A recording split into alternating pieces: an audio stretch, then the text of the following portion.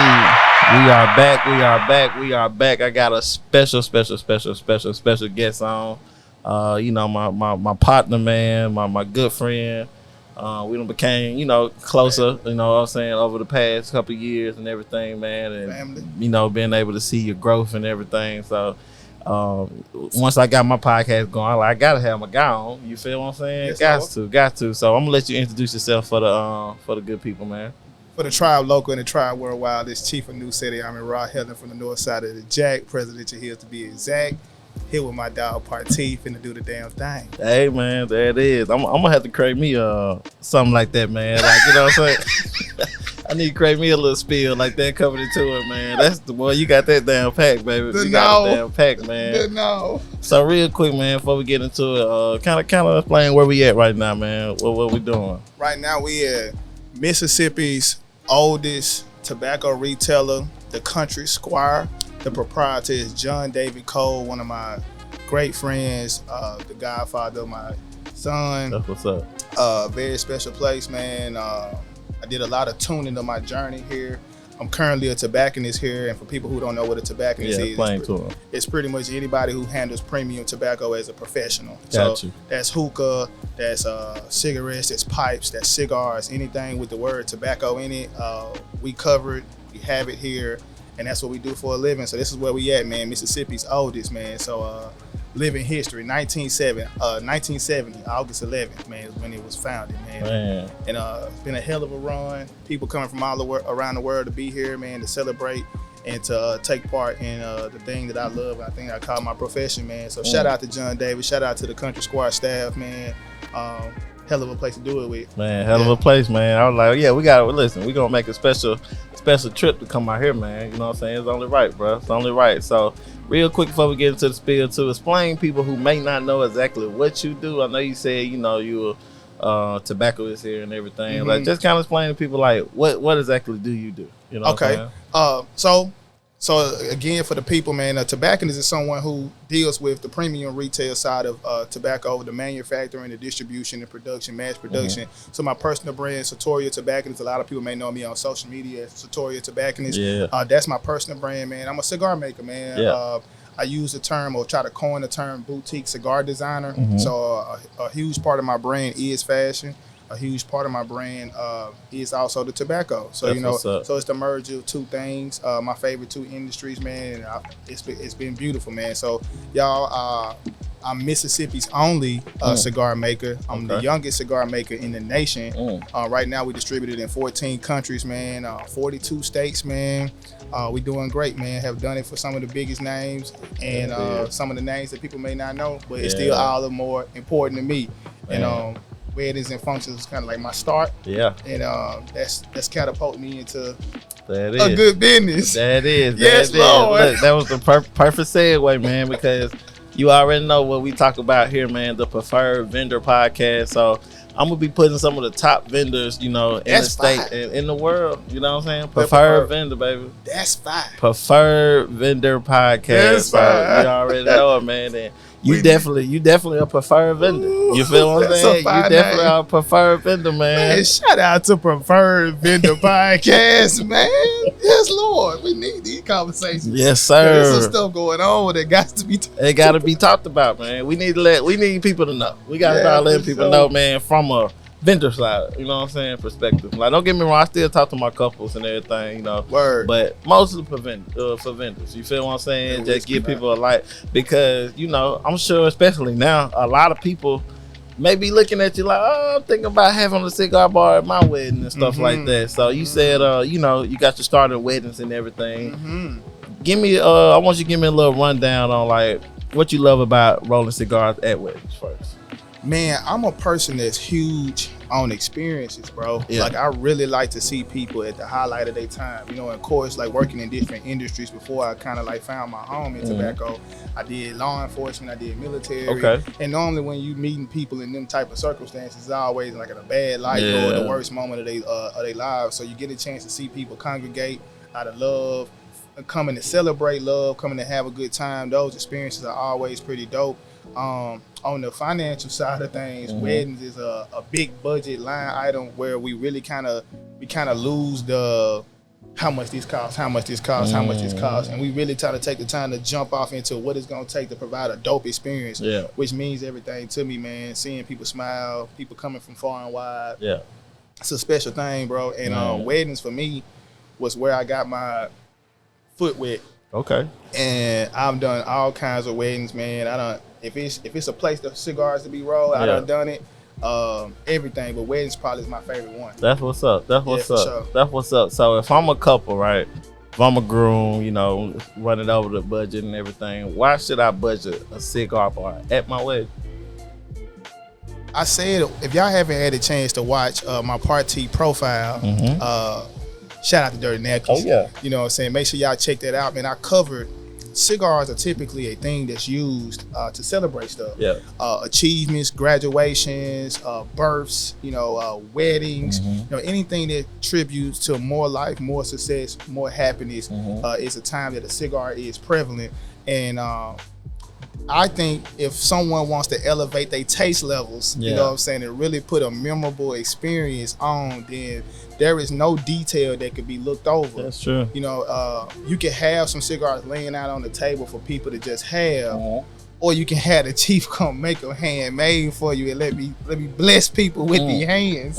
You know what I'm saying? So it's a beautiful thing for me. So if I tell somebody who's looking into getting an event together, putting something together that's about this, I say, man, go all out. Go all out. Make the experience a memorable experience. Hopefully you only get married once, but there's some people who get married more than once. And, but I think there's no time like the present, and just do it big and do it big today. And I think even in the middle of the event, the groom and bride are roaming around, having a good time. It's a lot of emotions running, but you want to see that even in the subset of your event is different people having the max experience. Maybe that person likes a wine sommelier, but y'all had a wine sommelier on the other side. Well, then you get that experience. Okay, you got a nice pairing of wine or a nice suggestion for whiskey, but then you come on the other side and here's a nice comparable pairing on the cigar side to complement what you're drinking, and both are complementing what you're eating, and both are complementing the overall ambiance of the place. I think it just make a magical experience. Man, that's beautiful right there, man. So if you thinking about getting a cigar bar, if you thinking about doing it big for your wedding, first call should be him. You feel what I'm saying? One call, that's all. Shout out to Rich Schwartz. Man, one call, that's all, baby. So, all right. So I heard you just mention, you could either you could get them, you could roll it for them pre-roll and just have them there, or you can have the experience. So kind of talk about a little bit of both. So let's talk about the experience. So what is the full experience? So like somebody booking you, what can they expect? I mean, I know people that may follow you on Instagram, but people that may not, that may be their first introduction.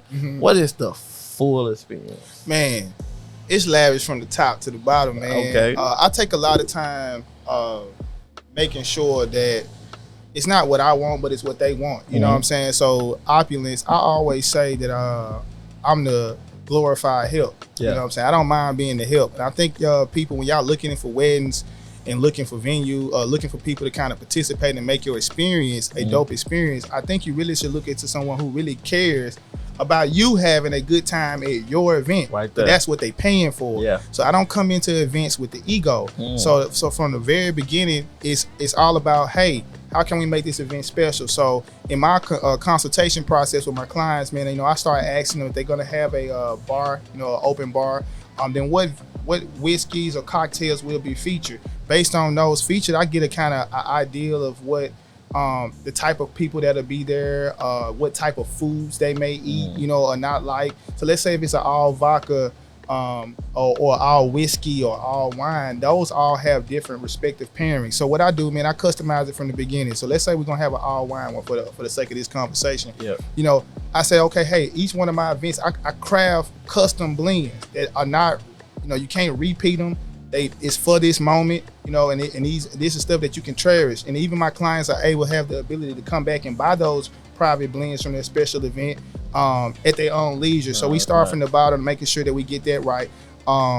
Custom blends. Then we move into the part where the attire is a big thing. So of course we plan for the brides and groomsmen and everybody to make sure that it's it's a fashionable occasion, of course. So, you know, there's already a lot of money spent on how things are going to look. So that's another thing that I take very, very serious when I get booked for events, man. I make sure that the theme, whatever the theme is, that I fall in line with the theme. Gotcha. And I spend money on that. Shout out to my tailor, man, Cigars, Cigars Customs, man. Yeah.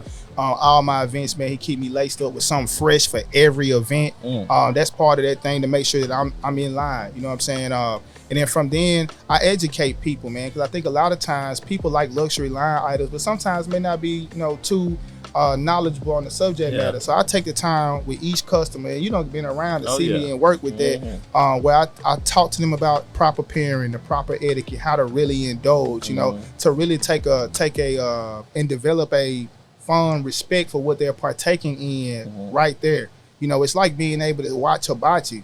You know, you can go get hibachi from the store and just kind of get it already prepackaged. But when you watching cuz slice up the eggs and onions, set the fire, you kind of like, I watch the whole thing being done. And that's a showcase in and of itself, man. So I spend that time from top to bottom making sure if you're a player, you get served. Yes, sir. All players get served on the boulevard. Yes, you know, and I found in my line of work that most of my customers who do the bookings are women. Okay.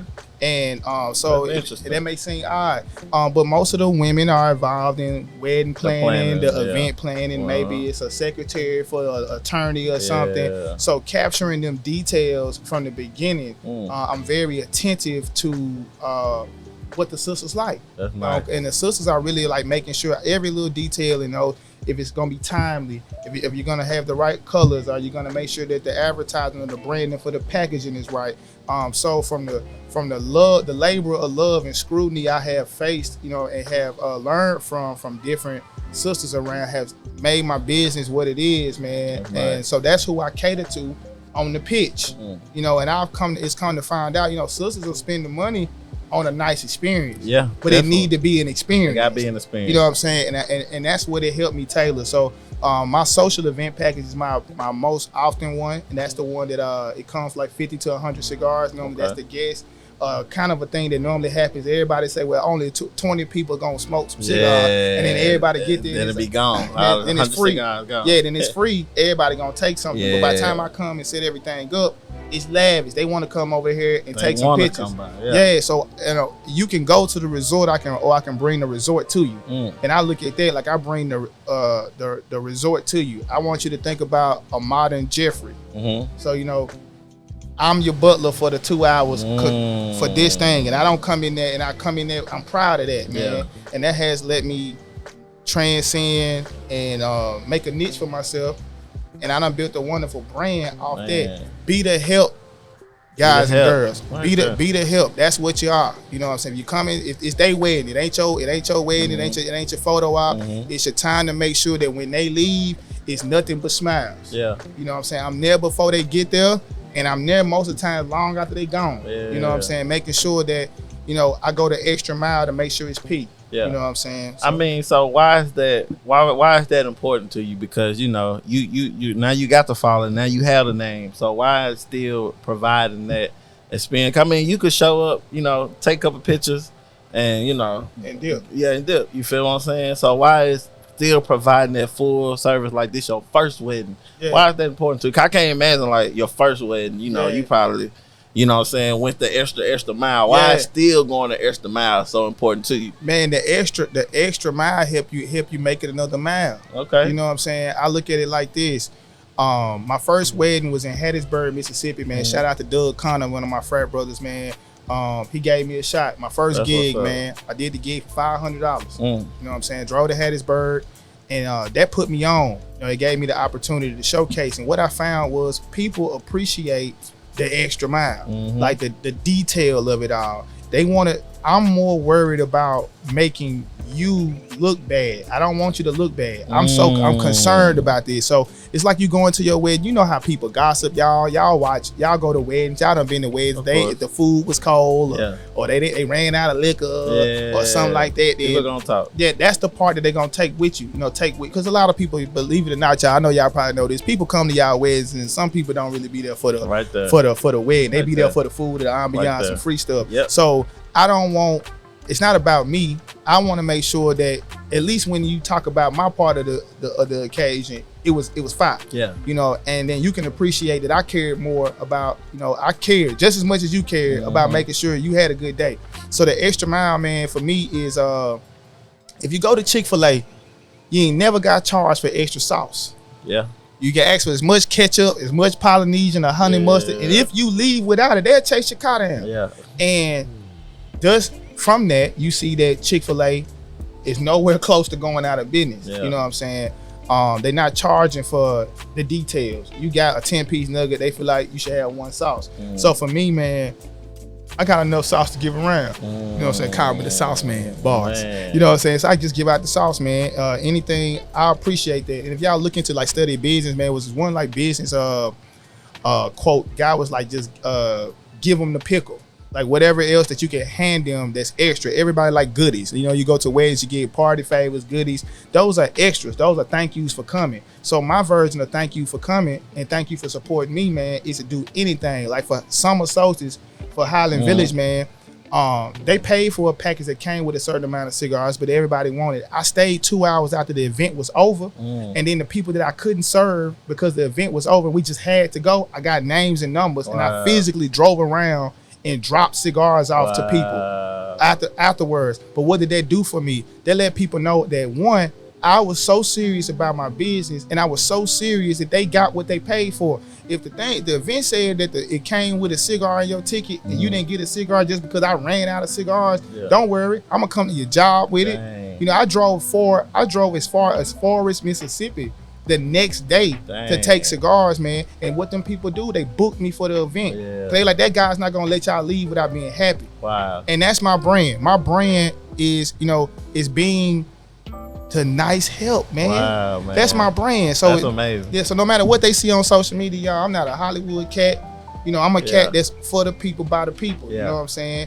And, you know, we changing the world one cigar at a time, man. And I done had some beautiful conversations. And that's probably the biggest part, bro. The conversations that I have with people, dude, from the cigar, I've made lifelong friends over the leaf. It's not just in a cigar shop, man. I've met people I've talked to every day since I've serviced their wedding. Like, I've gotten updates on children that they done had, you know, since they got married. And then, you know, I follow up with stuff like that. So if it was your wedding, and then you have a 6 months later, y'all expecting a child, you getting a box of cigars from me.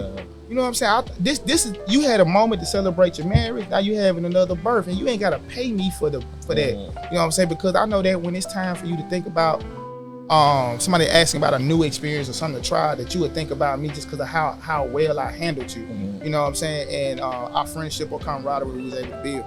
Man, that's amazing, man. So for all you know, any upcoming brand, any upcoming, you know, person in the service industry, whether you take pictures, whether you serve food, whether you bartend, anything, they going the extra mile is you know, really number one. So you had to give some advice real fast to people that may be up and coming, because people see, you know, what you're doing, how you done built your brand and stuff, and people may want to be like that.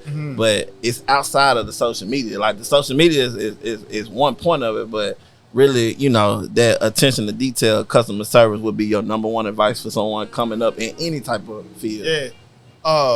Know your industry. You know, it's you can't never go wrong. You gotta know how to know what tools you're working with. You need to definitely know your tools. For me, I do cigars, right? That's my thing, right?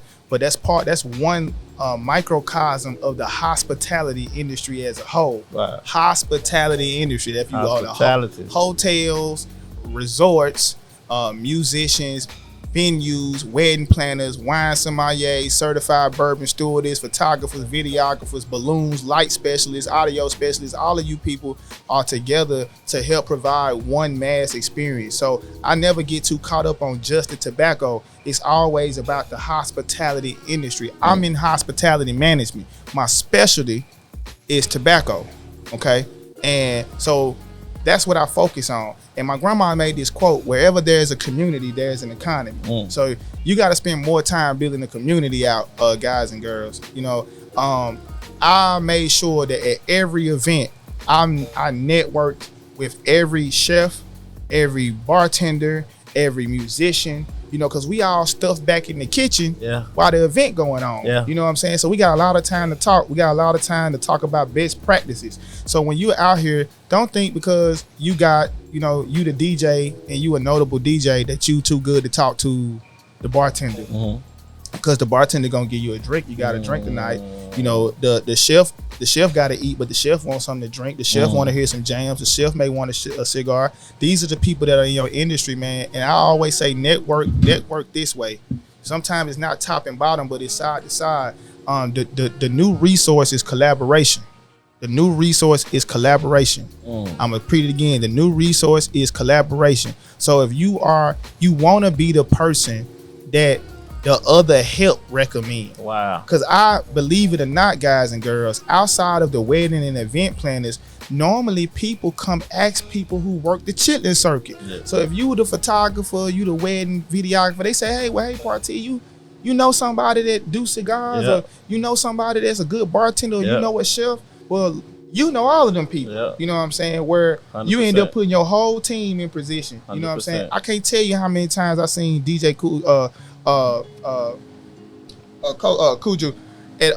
at a event, or I've seen Chef JB at something, or I've seen you there, or I've seen Stephanie, performing, or Tiger Rogers performing, or something. I'm always at an event with these people.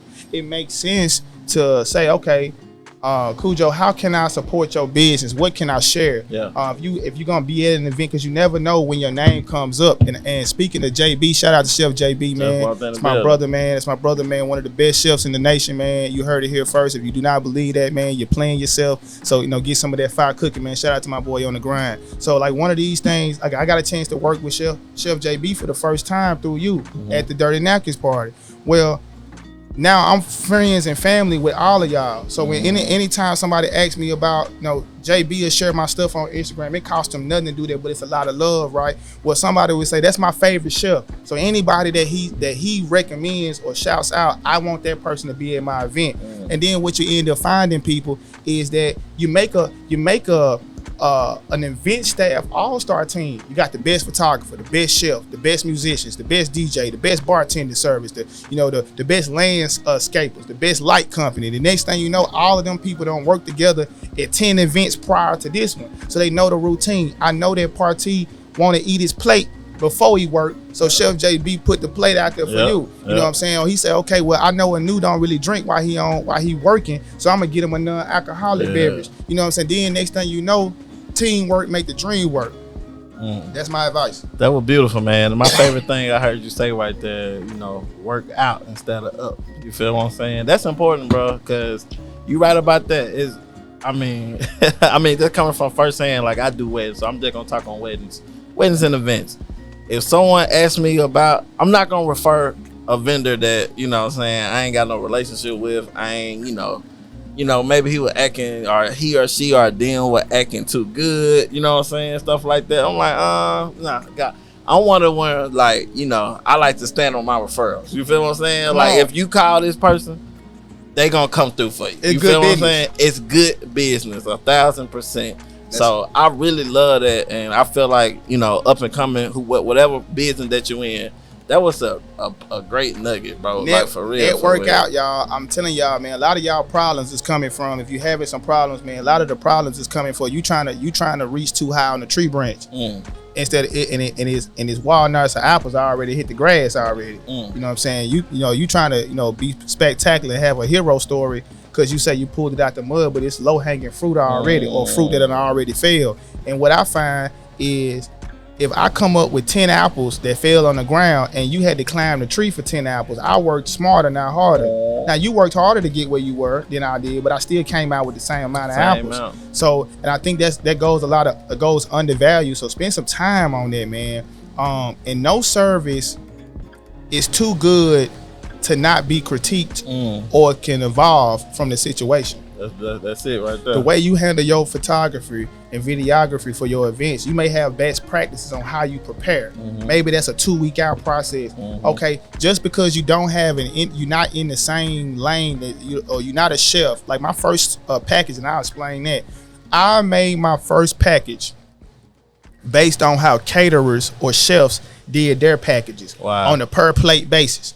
Okay, and this may sound crazy because I used to be like, man, these chefs is hitting these people on the head per plate. Per plate. I'm listening to $20-$30 per plate, and they having 300 guests, right? So I'm like, okay, but they had like a base labor fee or like a $1,000 or $1,500, and then plus the plates, right? So I took that from a chef. Nobody else was doing that.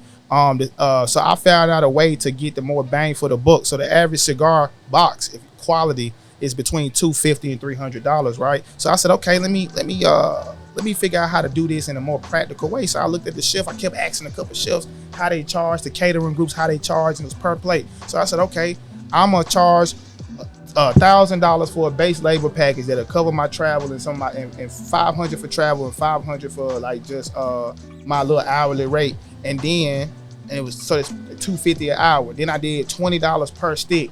So in a service that I probably can make $1,200 on, just because I made a different way that I presented the palette to the market, I was able to customize. So now you don't have to pay for 100 cigars. You can pay for exactly the amount you want. 60. Well, it's $20 a stick plus the $1,000 deposit or labor fee. I came out of a 2-hour event $2,500 when I was charging $500 for everything, And so you can learn those things. Even how my content game stepped up because of you. You know what I'm saying? And how I was able to elevate my content and how I did more of a documenting this. And to prove this point, y'all, I did the Congressional Black Caucus, man, and Party, man. We rolled down there together for the event. I was by myself, and Party, man, is to set up all of the cameras, all of the audio and everything. And he ended up helping me pass out cigars. Man. Helping people cut the cigars, helping people light the cigars. And he kept like order. He was my consigliere at the event, which was crazy because he is used to so much traffic already that it wasn't a big deal for him. And without him, I wouldn't have made it through the event. Man. And that's someone who's worked enough of these types of events to know how to deal with that. And from then I changed up how I prepare for the event. Instead of a week of prepare for the event, I'm a month out now. So now I got a 30-day lead time, you know what I'm saying? Yeah. So I can prepare adequately for all scenarios of how stuff can go wrong, where I could make the most impact and make sure that the experience was worth the money. Man, that's amazing. So definitely you got a plan. That's, you know what I'm saying? Y'all don't get nothing else from that. Planning is important. You feel what I'm saying? Learn from your, experiences that you go through. Don't think that. I think where a lot of people go wrong, where they think like I got to be at this level off the rip. You feel what I'm saying? You got to grow to this level, and then you should appreciate that growth process. You feel what I'm saying? You got to start somewhere, bro. My quite frankly, I remember. I did the Three Kings brunch when they were doing brunch, and I had just started. I was literally on my third event, like as a very competent at crafting cigars. That's crazy, man. Cause how you roll and how you carry. So you think been doing this for 20 years? Yeah, and I knew I had the level of expertise. I just had to figure out a way to make it palatable. Gotcha. And what I found was I didn't do enough preparing before the event. So I started getting compliments like, hey bro, comments like, hey man, I know you got a long line, man, you should probably like roll some cigars before you come, like have some pre-rolls out to the side or something, and I had to figure that out. But I had all my stuff on the fold out table, y'all, in the tablecloth, man, just 4 years ago, and it wasn't where I wanted, but I started right now. And I think that's the point right now. Some of y'all, please don't get too caught up on everything. Your media got to be perfect. Yeah. Your audio got to be perfect. You just need to document it because people like the story. You know what I'm saying? They like the origin story. So people can go on my social media and see where I started and then see what I'm doing now. I went from only 200 or 300 people were liking one video. You know what I'm saying? But then now it's millions of views on one thing. Just because I kept focusing on the sauce. Like, how can I get the secret recipe right? You know what I'm saying? The recipe for the Big Mac, you know what I'm saying? And I didn't recreate the wheel. I just took the wheel that was already there, said, okay, I'm gonna put me some on my own rims on the wheelbase, and we're gonna keep riding. You know what I'm saying? And for me, that worked, bro. And it don't have to be right now, but you'll be playing yourself if you don't start. Right there. And I think that's a big deal. I started, I kept going and I seen it through completion. And I took every bad comment, every complaint, every I wish it could have had this. I took all of it in consideration. In business, especially in the experience-oriented space, guys and girls, and hospitality. Hospitality means you showing love to others. It ain't about you receiving the love, and that's what I spend time on. Man, that's beautiful, man. Before we keep rolling, man, I'm gonna get you to show me on camera how do I light one of these bad boys up, man. Okay, my Let's favorite. do this on camera, dog. All right, so I'm gonna explain it. So my people, this is part of the experience. I do this all the time. So we got a lounge strike match. You could use a butane lighter. But I'm gonna use a match because I just like it that way. Okay, so I'm gonna light it for you, my brother. Let's do it. So players get served. That's my motto. Man. So we doing that. So what we doing right now is toasting the cigar. So essentially what we doing is 3 parts of the cigar: wrapper, binder, and filler. I want you to compare it to like a new relationship, so everybody's kind of meshing and learning to get going together. So what you want to do is you see the apex of the flame. Yep. You want to run it here into the side. And then, you know, and you're supposed to set it up to where the bottom part begins to smoke. And you want to twist it in a circle to make sure that it's even burn all the way through. Since we lighting 3 parts of the tobacco at one time. Wow. And then once you kind of get, and you may need to use another match, you know, that's no problem. But what you really want to do is make sure that you see, now you're seeing it start to smoke now. Yeah. That's when you know you got it going on. And then when you start to look at it, then you will see the ash. And when we doing this at events, y'all see right now, I'm not putting my mouth on the cigar. You know what I'm saying? That's nasty. But what we doing now, if you can look at it, you see it smoking now. Okay, so now we just need one more match, and then from there, you ready to smoke. And I didn't have to touch your cigar. You have to put your mouth on it. You ain't have to puff it. I didn't have to do Some none people of that. that's doing that, especially for other people, that's wrong. That's absolutely wrong. You should have as less touching and fondling with the cigar as you can. If it was my preference, if I wasn't rolling cigars live, I normally would probably have some gloves on just to keep the oils off my own hands from going on people's stuff. You know what I'm saying? So that's very, very important. Perfect. So now puff a couple times. That bad boy lit. Yeah, you smoking. All right, so now I'm gonna hit now for the sake of using a butane lighter. Now you can pull on it or something. All right. Now they just kind of like get right off in the middle. Let's see if it light up again. So now we out of fluid. Now you can pull a little hard on the thing now though if you want to. Yeah, there you go. And it's lit. That's like that. That's it. That's the proper way. The proper way to light a cigar. Yes, indeed. Bad. No germs. Bad. So that's hop back into it. Cause one thing I did want to touch on. People think cigars are a man thing, right?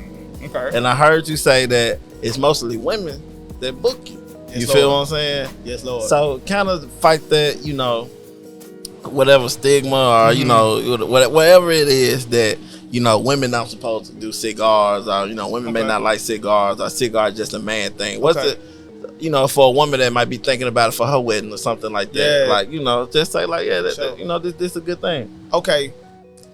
We all know if a fella doing what he's supposed to do, then he putting down the finances, he providing a luxury lifestyle.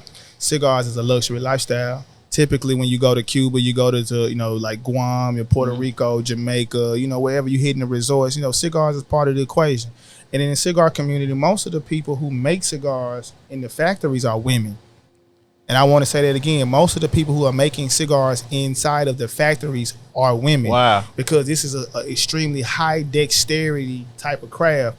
Women with smaller hands, you know what I'm saying, can handle very fine tobaccos with a level of precision that, you know, with your hands and even my hands could become problematic. Yeah. You know what I'm saying? But now in the cigar game right now, man, women are making a huge leeway. They make every brand that pops because of women. Everything, fellas, please, if y'all haven't had a cigar before, y'all haven't really just got into the industry, man, women are forced to be reckoned with. These are the people that are spending the money. These are the people, maybe her husband likes cigars, but her husband wouldn't spend $4,000 on the experience, but it's for his 50th birthday. She found the best person that she could get to put a comprehensive experience together for her husband. And a lot of times when the sisters call, they are very, very, very knowledgeable on what they're asking for, what their expectations are, and how they expect the experience to look. And if something is wrong with your experience, the sisters in the cigar community will be the very first people to tell you, cause you're playing games. Yeah. You know what I'm saying? So most of my customers are women because women are handling the experience. Wow. You know, women are paying for these things. They are orchestrating these. Even when you have big birthday parties for the fellas, most of these like, man, I want to thank my wife and everybody for putting this together, you know what I'm saying, for me. And all of those things are meant to make her husband be at ease, you know, or her boyfriend or her uncle or her father, you know what I'm saying. It shows like nice tools of appreciation. We normally, most times men get gifts like bow ties and like tie sets and socks and stuff. There's some player stuff to be made. Let's think about your sister, your husband drink Jack Daniels and you was able to get Jack Daniels to come down, or Uncle Nearest. Shout out to Uncle Nearest, which is ran by a sister. Come on now. In the hospitality industry. Come you on. feel what I'm saying? So she's very knowledgeable on proper pairings with tobacco and food and stuff. And she's dealing with the best of chefs, the best of wine sommeliers, the best of bourbon stewardess, the best of tobacco makers, you know what I'm saying, to provide an honorable experience. So the sisters are making a good headway. Please don't be fooled, fellas, thinking that the women may not know what's going on. If you want the most player thing going on in your event, man, a sister gonna be the one to bring it to you. I guarantee you that. I love that. So and women smoke cigars too. Yes, Lord. Yes, Lord. Yes, Lord. Yes, man. Shout out to my favorite female cigar influencer, man, her aficionado, man. That's Octavia. She is the founder of Atlanta Cigar Week. Wow. So if anybody have never seen Atlanta Cigar Week, one of the biggest cigar weeks in the nation, man. They've been doing this now for a number of years, man. She has this trademark called She Smokes Too. Ooh. Which is very, you know what I'm saying, she smokes too. And it's always really, really, really powerful, man, what she does, man, and her way to bring sisters, and wherever there's nice looking sisters, the fellas ain't too far behind. Come on now. They gonna, if you hear, think about it, y'all go to the club, y'all hear ladies in free for 11, man, I get on the phone and say, hey, cuz, what it looking like in there? Oh, they in there. Okay, well, bro gonna put on his chain, wash his face today, he probably didn't wash it yesterday. Yeah. They come out because the sisters out. So now, you know, some fellas, you know, come in and buy women cheap cigars, thinking that she don't know how to smoke, and that's like taking a woman to a nice steak restaurant, and you getting her some cheap liquor or some cheap food or something. You know what I'm saying? Like taking a woman to McDonald's. You know what I'm saying? Do we really want to do that? Yeah. You know what I'm saying? So yeah, please be advised, man. It's just, I made the mistake early on in my game, and I got corrected once, and once was enough. Yeah. You know what I'm saying? And after that, man, now my whole brand is catered around the detail-oriented connoisseur of experiences. Wow. Bro. And most of the times, 95% of the time, that's coming from the sisters. Man, that's amazing right there, man. I ain't know that though. I'm gonna have to check out Atlanta Cigar Week. Shout out to Atlanta Cigar Week, man. So yeah, look her up. Her aficionado, like you got the magazine Cigar Aficionado. Yeah. Hers is her aficionado, man. She gorgeous sister, man. Beautiful spirit, man. Very much a people person. Throws amazing events, bro. Yeah. And well needed in our current climate, especially as black people, you know what I'm saying? It's Black History Month, so that's very good to put into context, man. And she's doing a very good job of showing us at our best, you know what I'm saying, wearing our best and feeling our best. And shout out to her for taking that movement and doing what she's doing and inspiring many other cities to put cigar weeks in place. And what we finding out right now, man, we got cigar, like Birmingham, got cigar festivals and stuff, man. Shout out to Pure Perfection 205. She's another sister, man, who's really doing it and doing it well, man. So the sisters, man. Sisters doing it. Yeah, in the cigar game. They gonna do all the buying for you, man. If your husband, she gonna buy all the cigars for you. If you got a nice cigar case, man, she gonna be the one to buy it for you. You got any tickets to some kind of thing, she gonna be the one to buy it for you. So then the people that, if you selling something in my particular industry, you target the sisters first and everything else will handle itself. Wow. I don't think a lot of people knew that though. Maybe some women that didn't know that. How in the game that women are into cigars. You feel what I'm saying?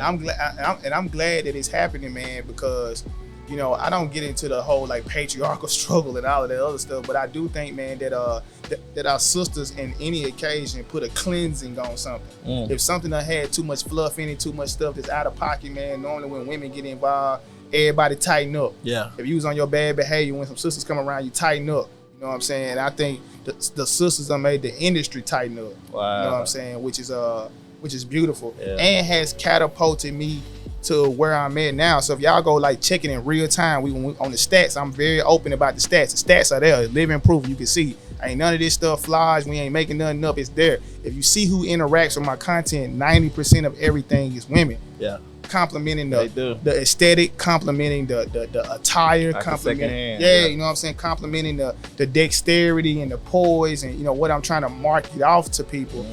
Women pick up on the minutia. A lot of fellas be like, I bet he can roll a big blunt. Yeah, hell, that be their main thing. That be their main thing. I bet he can roll up a big backwood. You know what I'm but sisters be like, well, how much this cost? I gotta have this at my wedding. Oh, we having a sisters night. We gotta have this here. Yeah. You know what I'm saying? And I know that. So you got to find your niche, guys and girls, and find it out. So, like, I know, you know, I'm reasonably handsome. Okay. I like to believe I'm reasonably handsome. I keep that stuff on, you know what I'm saying?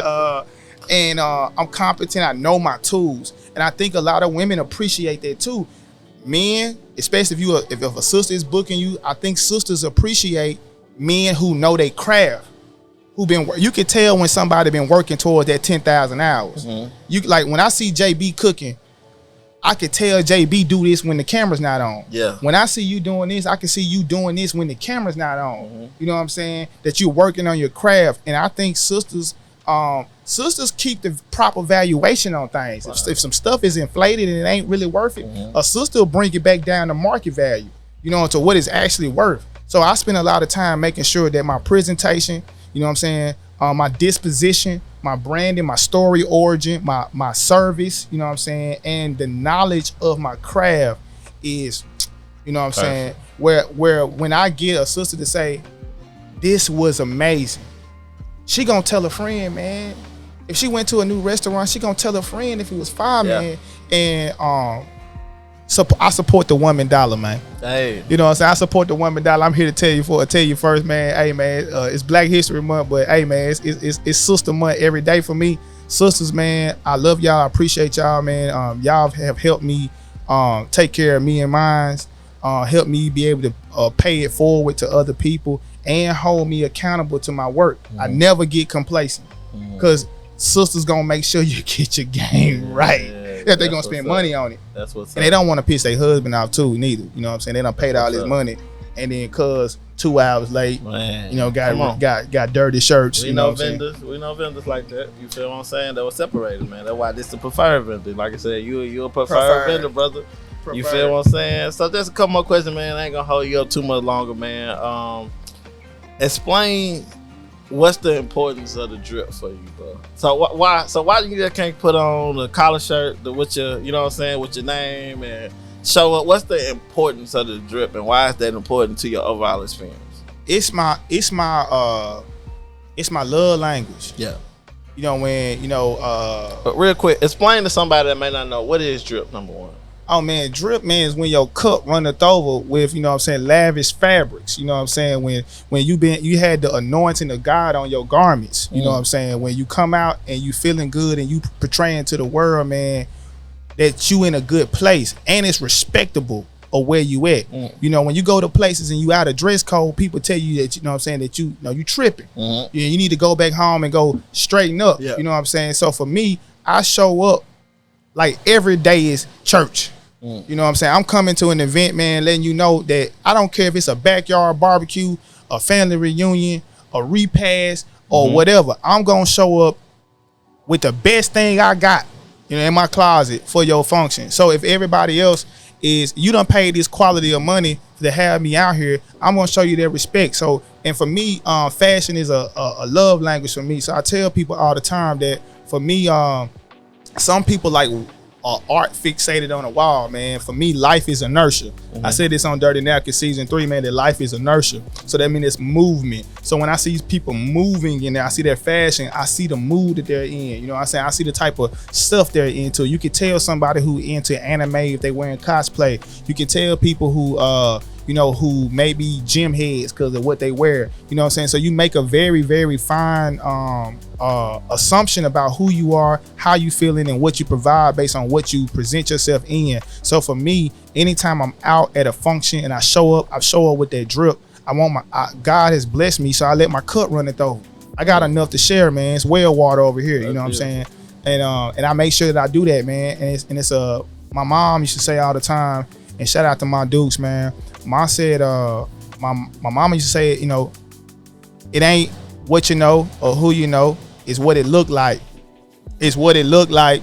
It's what it look like. And if you put the respect into yourself, do you respect yourself enough to get dressed? Get up and respect yourself. You may not see, I get fresh every day.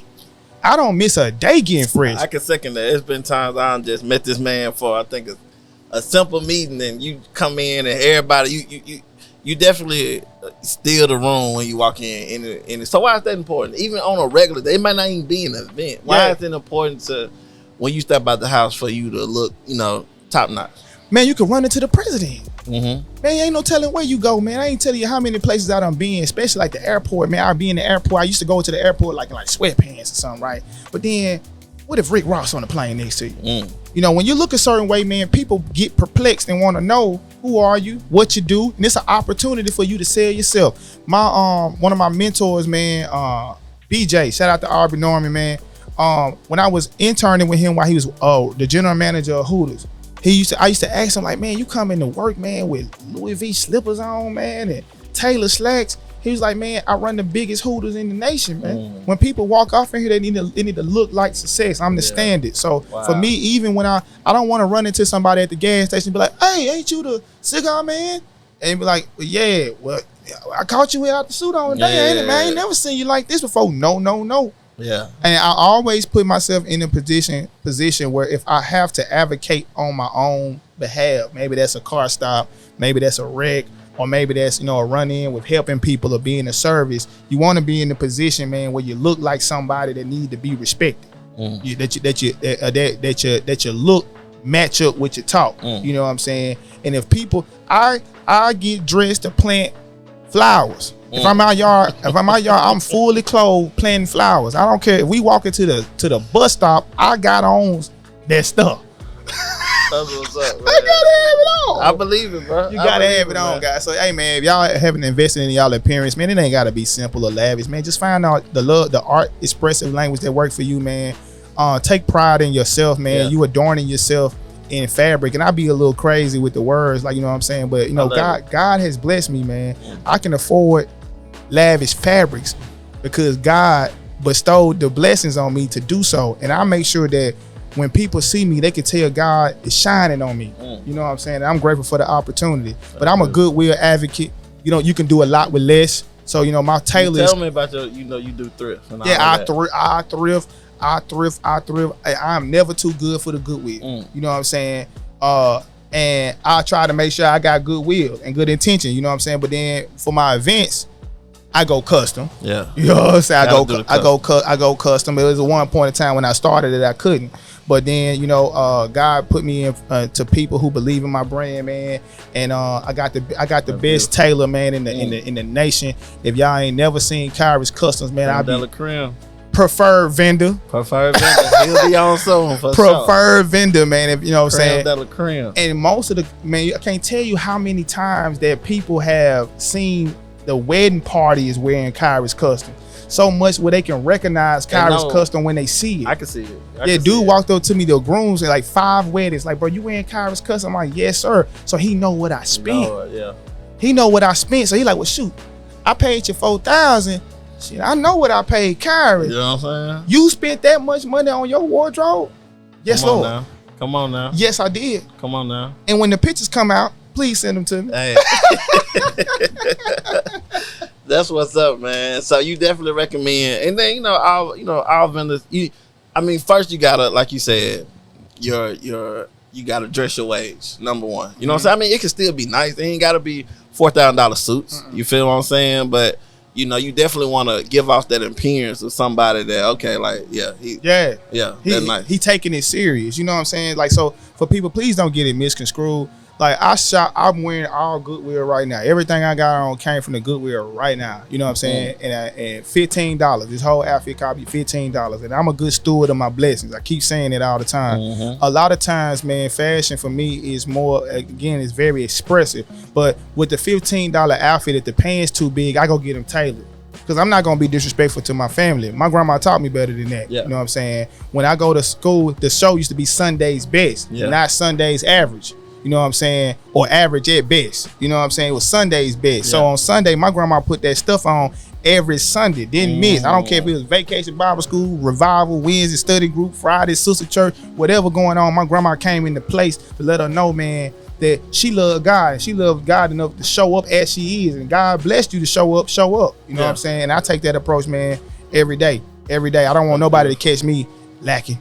That's beautiful. You know what I'm saying? Never. Do you think, and this is off topic, do you think it's because we talk about Cigars and we talk about, Cigars worldwide, you feel what I'm saying? And you worldwide, known for your drip and everything. Do you think it got something a little bit to do with that Southern element? Like, yes. What separate this from, people that do cigars that just dress clean in LA and stuff like that? What about that Southern element that kind of stands? Man, listen, man, it's the home of the players, man. Mississippi, man. I spoke on this on Dirty Now because I said we had the best food, and I told Taylor that I was gonna stand on that business and say that we was the hardest on the drip too, man. So, man, y'all, if you move through the highways and byways, man, of the South, you know what I'm saying? This the dirty South. This the South South. This the crux of the South. You know what I'm saying? We the home of it. We the home of the culture. I speak on that. So when we speak about showing up to places with it on, you know what I'm saying? People down South, we done had, segregation and subjugations from different our own respective trials over history, man. But the one thing that we always presented was a unified front for as family, and we made sure that when people seen us out, man, they had respect for our family. So I think over that time, man, people really started thinking that, okay, how you appeared to be is your reality. Not necessarily fake it till you make it, but you can make good clothes. Grandma used to make clothes. Your auntie used to make clothes, do what you could with what you have, and made sure that it was the best. When you seen OGs out with the starch jeans right now, they be starched so much they can stand up in them. Yeah. You know what I'm saying? Because you want to look clean. And I think that's where here is all about being clean. Facts. It's all about being respectful. Do y'all want somebody musty coming in y'all house? Man, facts. Mud on their boots? Or would you rather have them smelling like lavish fragrance and expensive fabrics? Facts. You know what I'm saying? I would take the latter. And for me, it's very respectable. And then we down here, hospitality, you still got to go meet people's fathers if you want to court. You got to meet people's grandma. You know what I'm saying? And that impression is everything. So I make sure that my impression is a lasting one and was a good one from the beginning. And I can get a lot of that done without opening my mouth. And I take that opportunity and use it to my advantage. When I walk into the room, I shift the vibration. That's the only thing it's about. If y'all was sad, it's a whole bunch of people in here hating on you, cuz I'm gonna walk off in here probably one of the best dressed people, and I'm still gonna show love. Yeah. Cause it ain't about me being cocky. It's about me coming in here saying this is the standard. Yeah, it's the standard. And I don't care if nobody else follow it. I'm gonna follow it. This is the first time I done had a baseball cap on camera. I ain't never seen one. And I had to put it on so I can wear the headphones. You know what I'm saying? But shout out to the Country Squire. Country Squire, baby. You know what I'm saying? But but for me, I gotta come to a place, and I would implore, if you a chef, you need to have that chef coat on. Yeah. And if everybody got a white chef coat on, can y'all change the color? What, JB, can you go with a red coat?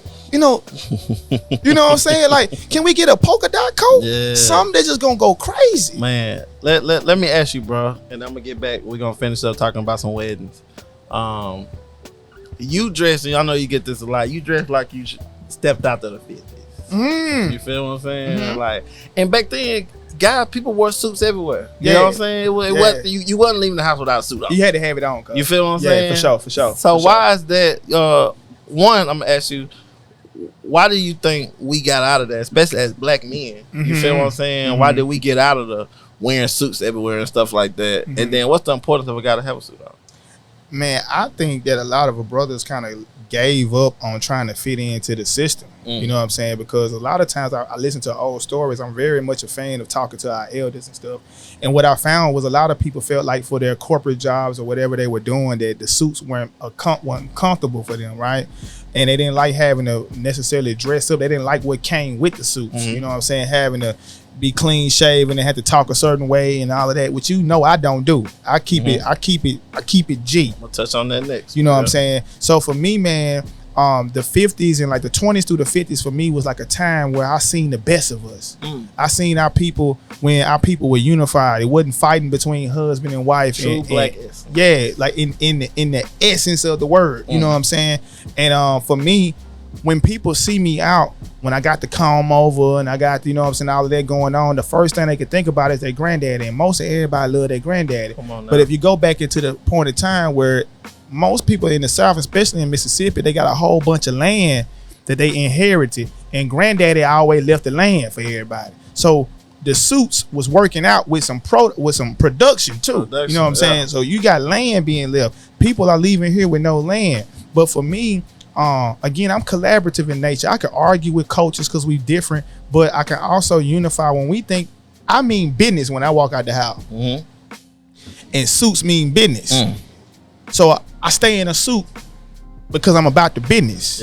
You know, I can. You know, when I'm in a white tee or something, I'm at the house in the furthest crevices of my home. You know what I'm saying? With the white, I don't even like to walk out the bathroom with a white shirt on. I got on a tie most of the time when I'm walking out the bathroom.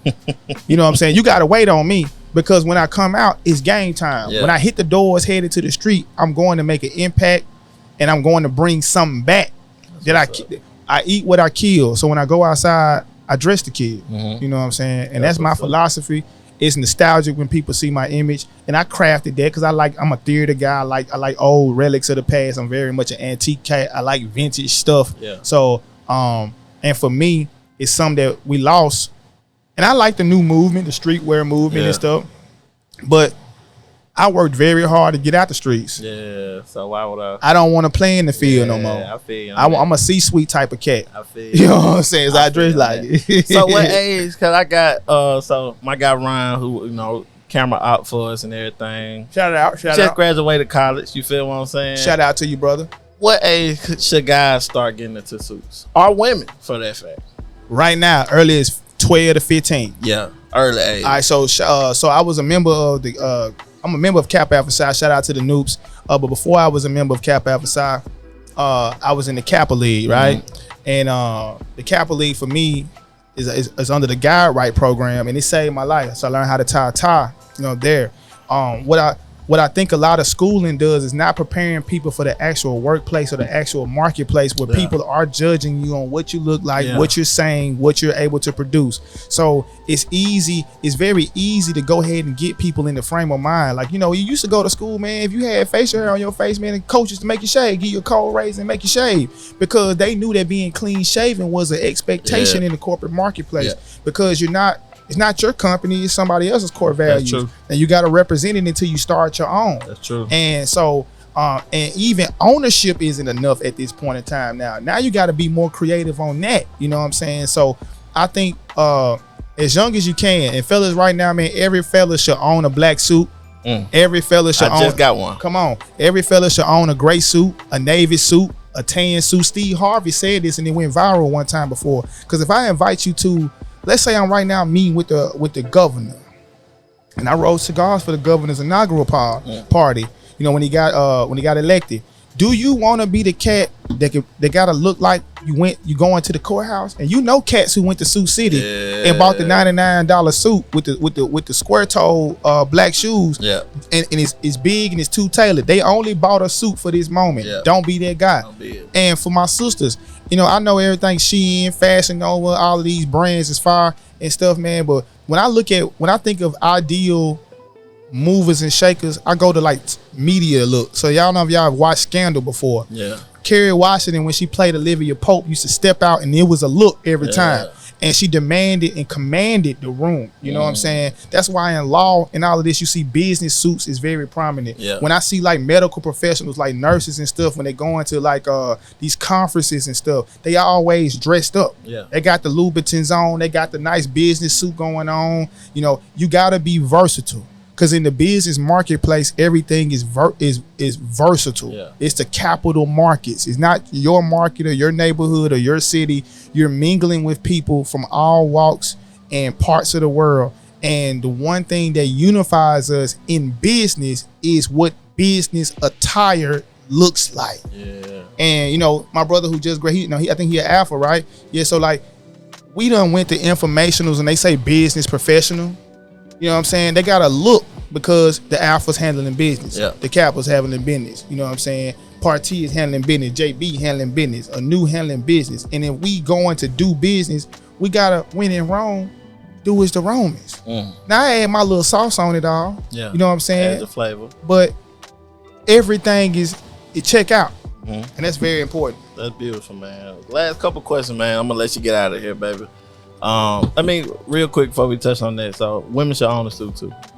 Women should get a suit too, in your opinion. For sure. Yeah. At least one. At least one. Black. Yeah. At least black. For That's sure. what's up, man. So let's circle back around to these weddings, man. So like I said, I already spoke on someone planning a wedding. They should book you and everything. Tell me, you talked a little bit about what you love about wedding because it's a congratulations, Celebration. any celebration thing Yeah, they for should sure. do it, whatever. So why if someone planning it right now, why should they book you? I'm the truth. The truth at it. I'm gonna make sure everybody loves you. Mm-hmm. You're gonna ain't too many people gonna spend their money on me.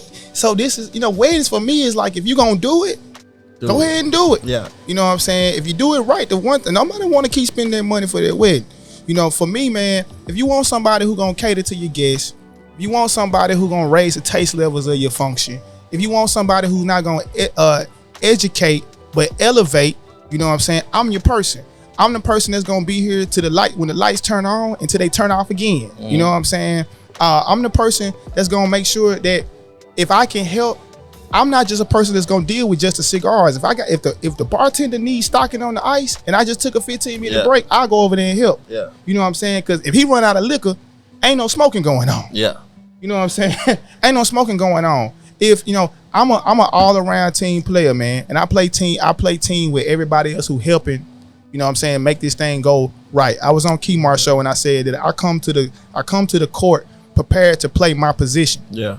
No one else's. You know what I'm saying? If I do my job good and you came to play, then we make a good team. You know what I'm saying? So if you want somebody to do something different, man, you want something that you never got a chance to have before, I bring the resort to you.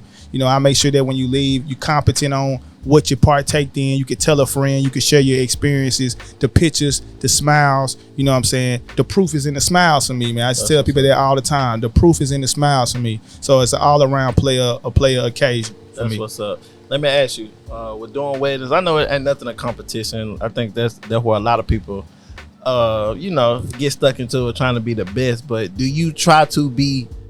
You want to be let me get a little light too in there. Do you want to be the talk of the show when you leave that event? Yes. Yeah. So versus, the pictures look good, the food was good, whoop de whoop, but that cigar, whoever doing the cigars, that's what you want people to say. I need to have that. Gotta have it. I need to have that, and not necessarily saying so. But I'm also a complimentary type of guy. Yeah. So let's say right now, if JB, Chef J, and I keep saying JB, y'all, because I love JB and he right here with me. So you know what I'm saying. So much love to JB. JB he laid out a spread at the event, right? He need everybody that's participating in the experience to make sure that they came doing their part, right? Yeah. I can't drop the ball. Yeah. You know what I'm saying? I'm probably gonna be the only cigar roller at the event, but I don't need to be any less impactful than my neighbor. You know what I'm saying? If JB made people be like, man, this food's so good. When they get over there to my table, it need to be the same situation going on. When they walk down there to the bar, they be like, man, he put his foot in them drinks. Man. He ain't spared a ride on the drinks, cuz. Okay, man. When I got my pictures back from the photographer, man, he walked me. I ain't really good at posing. My poses is bad. So Party talked me through my poses and stuff. Gave me a little modeling lesson real quick. Yeah. So my wedding pictures came out. I can't be the person to drop the ball. That's very, very important. And I don't have to be the best if we the best. Yeah. I'm not trying to be the one person to be the best. I'm trying to make sure that we were the best. So like normally it's a celebration thing of mine that after every event, man, I take pictures with everybody, all of the help. I don't take pictures with none of the guests most of the time. All of the help though I do. Yeah. Cause that day was my best event. You know what I'm saying? Or that was the best event of the month or whatever. And I remember those people when I see them again. It's always like, bro, we did the damn thing the first time. Let's make another memorable experience. Wow. All right, and last thing, man. Well, last two things. One, how do you control that ego? How do you control as you grow, as you become more of this person you are? How do you control not becoming too full of yourself, or you know what I'm saying, for people that may be struggling with that, people that maybe getting a little bit more notoriety and a little bit more fame and stuff like that, what do you have inside of you that keeps you grounded? Community. Yeah, my grandma said wherever there's a community there's an economy. Nobody ever made a dollar nowhere without someone having to be willing to spend the money first. Yeah. So I'm a product of the community. You know what I'm saying? I'm from the community. I am the community. I can't do anything without somebody spending some money on me, without somebody giving me a shot, without somebody shouting me out on Instagram, without somebody liking my content. Yep. Numbers don't matter if the people not involved. So like, okay, they say, okay, you got 100-something Instagram followers. Okay, that's 177,000 people that thought I was valuable enough to keep up with what I got going on from a little kid from Presidential Hills. Yeah. That's a monumental thing. That's humbling in and of itself, man. They can be following anybody else in the world. They can be anywhere else in the world. But when they take a time out their day that they'll never get back to say, this was fire. Oh my God, the outfit. Oh my God, the ambiance. These are things, man, that you cannot do without people. So people, you are never too good for the community. Mm-hmm. That's for your celebrities. That's for your people trying to become celebrities. You're not a celebrity without people. You're not really nobody but yourself without people. And the moment we've been dealing with people since we've been alive. You know what I'm saying? And that's never gonna stop. Yeah. You know what I'm saying? So I treat myself. I done been down in the bottom, and I done seen some of the landscape of the top. I ain't quite made it, but I can see it now. You know, I can see it now. And the common denominator between the bottom and the top is people there. Mm. You know what I'm saying? At the bottom of the top. So I make sure, bro, I didn't do this on my own. You done helped me out more than I can ask for, bro. You done gave me a platform. You done let me be a part of your life, bro. You let me earn your friendship. You know what I'm saying? You let me earn your respect. You let me earn your cosign. Mm-hmm. And without that, bro, I couldn't feed my family. And without somebody doing it to you, you couldn't feed yours. True. You know what I'm saying? And I maintain that disposition within my life on all things. I'm never too good to be wrong. I'm never too good to put somebody on because somebody put me on. And when I'm called, I will answer. Mm. That's my philosophy. And sometimes it hurts because I done got mistreated. But that's part of the game. Ain't no fruit or no crop. Y'all, there's some real bars for you. My grandma put me on game. Ain't no crop or no fruit that ever came out the ground ain't had no dirt on it. It's real. That's real. Ain't no fruit ever came out the ground without no dirt on it. So it's organic this way. Mm. I got a little water to fix that trip. Mm. You know what I'm saying? So I stay down, I stay reachable, and I kind of got this little term and I kind of let that there be. I coined this term accessible exclusivity. Mm. I want to be accessible to the people at all times when they need a friend to call or they need some help, but also exclusive enough where I can set my price and live my life. Mm. You know what I'm saying? I think y'all should take that. Be accessible. Make sure people can get in contact with you. Don't have to be everybody, but somebody need to be able to reach you and bring you back to give back and leave the door open. That's beautiful, man. And one last thing I want to touch on, bro. You move in a lot of rooms. You be in a lot of spaces. You know how to talk to different people. But I will say, no matter what room you are in, you are yourself. You are unapologetically black. You feel what I'm saying? Sure. How did you know what I'm saying? Why is that important to you? So even when you may be in a room with, different color, different races, things like that, you still gonna be yourself. Why is that important to you versus, the term, you get with a lot of black people, code switching and stuff like that. How can you be yourself and still be able to move in them circles? If y'all have ever asked yourself a question, I hope y'all think about this. I implore everybody to think about this, podcast listeners all around the world. when have code switching ever worked? Cause they know you talking in code. When they see you out on your break, you're loud. You hey, what's up, cuz? What's up, homie? Hey, man, I'm at the workplace, bro. You know, how you doing there, Tom? Everything swell? Cool. Nah, be yourself. You know what I'm saying? Be yourself. They respect that more. You know what I'm saying? I'm not trying to be you, cuz. I didn't come from the trust fund. My daddy didn't go to Harvard. You know what I'm saying? My dad not a physician. No, my dad was an educator. But my dad educated me on the game. And the game is very plain. If you look at it, be yourself. The great prophet of the Son of Man, Jesus, was himself. The truth always set you free. And you ain't got to change the script. When you code switch too many times, you start every time you do it, you put yourself in a position where you're not presenting your authentic self. So when they catch you at the club on the couch, they thinking you wilding out. Yeah. But you really be wild all the time. Yeah. You know what I'm saying? But for me, I treat people how I want to be treated. You know what I'm saying? I greet people with respect, regardless of race, regardless of color, regardless of creed. You know what I'm saying? And I really believe what the words of Martin Luther King used to say, that he really wanted to be judged by the content of his character. You know what I'm saying? And not nothing else. So I present my character on my sleeve. You know what I'm saying? And for me, that works. And then I feel great when I enter a room. I don't have to be someone else. I'm me. I got a nice story to tell. God done been blessed for me. I want my testimony to be my testimony. You know what I'm saying? And the only way for it to be my testimony is if I'm being myself. Gotcha. And that's my life. Important. That's important. And I think just from the outside looking in, you know, I think it's important just progressing our race to show other races, you know what I'm saying, who you are, you being, you know, yourself at all times and stuff like that, and representing our culture. That's mainly the main thing. You representing our culture at all times, no matter what room you in. I think that's important, bro. In a respectful way. Yeah. The gangsters appreciate it.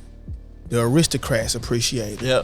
The people on the other side, the politicians, the teachers, the neighbors, the babysitters, the handyman, whatever, they appreciate it. So when someone can say, hey, I met somebody from Mississippi. I'm a very intellectual brother. I'm very well educated, well traveled, you know what I'm saying, well dressed, you know what I'm saying, well funded, you know, well groomed. Anything with well, I do it. And I do it well. And if that's their only interaction with somebody from my neck of the woods, I want to make sure that it's a lasting one. Where they say, well, I met another guy from Mississippi and he wasn't that pleasant. Now in the hospitality statement, we show hospitality. Yeah. And you're going to get hospitality from me and you're going to get it with a flavor. And I'm going to show you that down here, the cup runneth over with blessings from the Most High. And I'm grateful for him. I'm grateful for my life. I'm grateful for the opportunity. I'm always grateful. Because it could all end tomorrow. Yeah. I could not have nothing tomorrow. You know, we can all lose it all tomorrow because I done been there. So I appreciate being here and I appreciated being there. And I make sure that I let people know, man, how blessed I am, man. I just can't hide it, man. I just feel like it's your obligation to see me smile. You gotta see me smile. You don't gotta like it or not, but God done been good to me. That's beautiful. God done been good to me. That's beautiful, man. So, and last thing on the way out, bro, you got two little ones. Is this something that you see yourself passing down? That's what it's for. That's what it's for, man. I think sometimes we get mad at our family and friends or our mothers and fathers for not necessarily giving us the best situations passed down, but they did the best they can with what they had. You know what I'm saying? So for me, I'm an anthropologist of the struggle. I kept up with the struggle. I done seen everybody do it the wrong way, so I ain't got no choice but to get it right or try a new way. Yeah. Pun intended. Try a new way. So for me, for my boys, man, you know, and I got an older girl, so she 12, my oldest girl, you know what I'm saying? And I love her. Shout out to Serenity, baby. I love you, baby. Daddy making you proud. This for them. So if you want to go be a ballerina or you want to go be the next Chef JB or the next Party, you know what I'm saying? Then go ahead. But while you figuring it out, I done learned a lot of lessons on the way on what you not do and what could do. But when I want to send you out, because the game get updated every generation. So the game right now ain't the game my parents played. You know what I'm saying? Social media and all that stuff. Man, they may have flying cars in 20 years. No, but I want to make sure that I gave them as much resources, as much opportunity, as much game as they can, where our brand is Uncle Nearest. It's 2019, but it's 150 years later. And my boys and my girl can say they 6th generation tobacco makers. You know what I'm saying? That's great. Yeah, you know, my great grandkids. I'll be long in the dirt. You know what I'm saying? But if it's true that we get a chance to look down on everybody, and I hope that's the case, I know a lot of people proud of us. You know what I'm saying? And that's what it's for, bro. That's what it's for. You know what I'm saying? It's for what I'm preparing for, what I leave behind. You know what I'm saying? And everything else in front of me is a mystery until I find out. That's beautiful. You know what I'm saying? So I just want to make sure that my kids, you know, and my community get the chance to see the progress, to see it can be done while maintaining your integrity. That's the biggest gift I'm gonna leave to the community, is I did it with integrity. I didn't have to cop out and shortcut and cut corners and harm people and wrong people and, you know, and slander people in order to get to the top. I earned my way and I earned my spot, and all I wanted from the pie was one slice. Cause that one slice, I'm gonna be able to feed my kids the same way they did it with 2 loaves of bread. That's beautiful. So yeah, I'm trying to pass down my 2 loaves of bread. That's beautiful, man. That's beautiful. So on the way out, anybody that may want to man, I'm finna get into cigars, I'm finna get into it, give me a cigar you recommend, and give me a perfect drink, alcohol beverage, whiskey. I guess whiskey and cigars is kind of the things, right? For sure. Give me a perfect pairing for someone real quick to make this. Okay. So y'all, my favorite cigar is not even my own cigar. Again, I'm a student of the game, so my favorite cigar is the H. Upman, the Banker, man. It's my favorite cigar, man. So I used to take everything to the bank. So my first check I wrote to myself for $200,000. You know what I'm saying? I'm like, okay, when I get to the point, I'm able to cash, and I'm gonna cash it at the bank, and I'm gonna smoke the Banker. But the Banker is my favorite cigar. I take it on the island. If I couldn't smoke nothing else for the rest of my life, I'd take the Banker. The Banker by H. Upman. Shout out to H. Upman. Right now, man, of course, I love Uncle Nearest, man. Yeah. Shout out to my people, man. Shout out to us doing it well and really highlighting that history. I actually think that this cigar would pair very, very well with Uncle Nearest, man.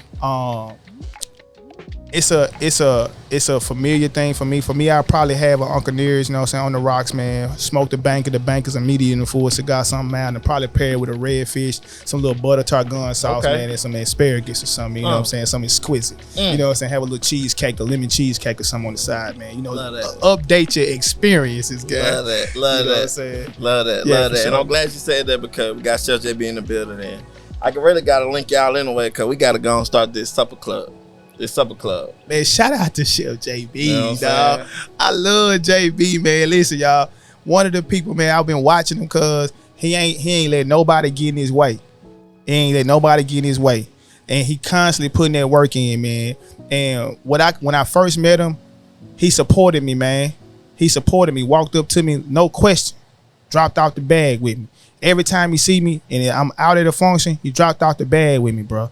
Like it was a must. But every time I seen JB was cooking in the kitchen, literally. Like he be moving around. And I salute any kind of brother that's working on their 10,000 hours, man, for mastery. And I would love to work with JB, man. We definitely need to do that sooner than later. That'd be amazing for me, man. So shout out to the brothers out there doing their thing, man. Beautiful, man. And I give folks their flowers while they here and not when they go. So much love to one of Mississippi's premier chefs, man. Chef JB. That's beautiful, man. And what's next for, you know, Chief, man, Big Chief? What's next for him? Hey, man, season 4 of Dirty Napkins coming soon, man. Dirty Napkins for sure. Pivotal moment in my career, man, and a beautiful opportunity, which I thank you greatly for, man, for allowing me the platform to be able to show why I love my city, show the people in my city that's doing good things, showing that it is possible for us to collaborate, you know what I'm saying, and elevate together. So we got that coming. We finna get ready to film, you know, pilot episode of a new up and coming podcast, man, on the Dirty Napkins Network, man. So there's 2 shows, man, from that. Really working on international, spreading out, making a marketplace international. I'm definitely trying to connect my brand with the motherland in a deeper capacity. You know what I'm saying? Surge the brands, man, and help contribute to the global economy, especially amongst our people, you know what I'm saying? So that's a big deal for me. So I've been working on that and refining the process, refining the system, and documenting more of the journey where I can get a game back in a palatable and comprehensive way. That's what I don't learn a lot of stuff. You don't learn a lot of stuff. So now it's time to kind of, if we don't give it back, then what did we do it for? What did we do? You know what I'm saying? So that's what's next for me. I'm excited about that. Excited to be on the show, man. So Dirty Napkins, man, season 4 coming soon, man. I was season 3. You know, now I'm the host. Now we got a time to talk, man. This is crazy, and this is a definition of showing, man. Y'all party working, man. Preferred Vendor Podcast. You know what I'm saying? Dirty Napkins, 4 seasons in now. Finna do another show with mine on the Dirty Napkins Network, man. He building, he grinding, man. He keeping community first, man. Getting a good team around him, keeping quality people around him, man. And God bestowing the blessings, man. It's an honor to be in business with you, bro. Likewise. To take the journey, to be your friend, bro. To be your brother, to be there for you, man. And likewise with you and I. You know what I'm saying? And you're a real one, bro. Man, I appreciate it. And I want to go on the record, man, to say, bro, you know what I'm saying? You know, I put my life on the line for you, man. Likewise. You know what I'm saying? And I think more people need to hear us say love on each other like that. You know what I'm saying? So that's a moment. So salute to you, bro. Man, I appreciate it. For sure. And likewise, bro. Like I said, you know, and I'm gonna let you, you know, say your spiel on how people could reach you next. But man, like I said, like you said, give people their flowers while they still here, bro. I met you a few years ago. I always knew of you. Met you a few years ago, man. You pulled up. Just being real, man. I think it was, I was planning out, trying to have everything, and I was just like, man, I love to have Cigar there. You know what I'm saying? And you know, you pulled up on me, bro. Like, you know what I'm saying? Like, I got you, bro. You know what I'm saying? And made it, you know, an experience where people still remember it. You know what I'm saying? That almost 2 years ago. Yeah, bro. And people still remember, bro. And I always been like one call with you, bro. You always been real, and I think, you know what I'm saying, I tell you that on multiple occasions, bro. You yourself, and I love that. You feel what I'm saying? And like I said, you been there with me through my highs and my lows. You feel what I'm saying? And you like, you know, you rolled, you know, cigars for my brother repass and everything, bro. And that was important to me and everything. And man, long live Smiley, man. Yeah, man. Like I said, that it even made a special blend for him, bro. That just show how much love, man. You know, and you ain't have to do that. You feel what I'm saying? So like I said, I'm gonna give you your flowers right here, bro. You the man. I tell you this all the time. I told you this before the year before we start filming and all that. Like, bro, you a star in my eyes, bro. You feel what I'm saying? But you know what I'm saying? But you real, bro. So anything that I could do for you, you feel what I'm saying? You already know, one call away. You feel what I'm saying? I'm pulling up. I can't be there. I'm gonna send one of my guys there. You know what I'm saying? Yeah, but you doing your thing, bro. You representing not only the culture, but you representing the city of Jackson and the state of Mississippi as a whole in such a you know, prolific way. Man, you feel what I'm saying? That you know you doing the damn thing, bro. And I think it's important that you're showing people that you could do it right here in Jackson, Mississippi, bro. For sure. And I couldn't have did it without y'all, man. And I'm grateful for that, man. It's an honor, man, to be, you know, when I told you when you called about Smiling, man, you know, man, I hate to see this type of stuff happen, you know what I'm saying? But stuff happens, you know, and life goes by so fast, bro. And the first time I met Smiley was with a smile. Yep. You know what I'm saying? He gave me a big smile, bro. And I'm glad to see that even in that moment, people were smiling for Smiley. You know what I'm saying? And so to give that respect to a brother who showed me love, you know what I'm saying? A brother of a brother I love, you know what I'm saying? That's family. And glad to be a part, man, because that's what it's all about, bro. And we gonna make sure that Smiley legacy live on, man. Long live Smiley, bro. A real Jacktown legend, man. And you know, if you can hear us, man, we're gonna hold it down for you, bro. We're gonna hold it down. I wish you were here, because people don't know. My brother bought me this whole setup. Yeah, I remember you telling me that, yeah. So I was like, I made him proud while he was here, but I'm gonna turn it up to another level. Yeah, bro, it's time to do that, man. And that's my biggest thing, man. I know this thing we call life ain't promised every day, and all of us got our time and our day, you know what I'm saying? But to make the biggest impact while you're here, to love on people while you're here, where I think that's the definition of immortality of the soul, man. When your name ring bells on a place on the plane, you no longer are physically here to speak for yourself.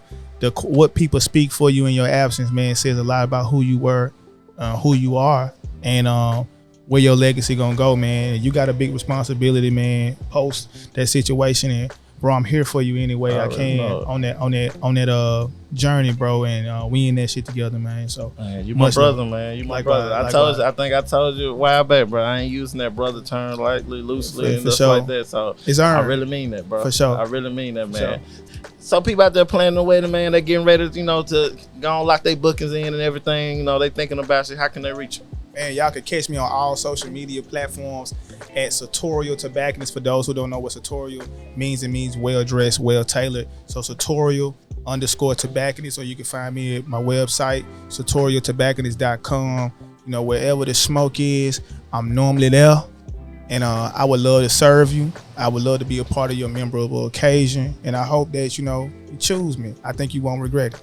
Man. And thank you in advance, man. You're helping feed the hungry kids I got. And they real hungry. So God bless you and your charitable contributions to my platform in advance. Man, that's a beautiful thing, man. Well, I'm gonna let you get up out of here, big dog, bro. I appreciate you, big dog, for real, man. Y'all already know I had to have the best on of the best, man. I told y'all I'm be putting preferred vendors in front of this camera, in front of y'all. You feel what I'm saying? In this industry that we love, this business, this service industry that we do best. And so yeah, man. Till next time, this is the Preferred Vendor Podcast. I'm your host, KP. See y'all later.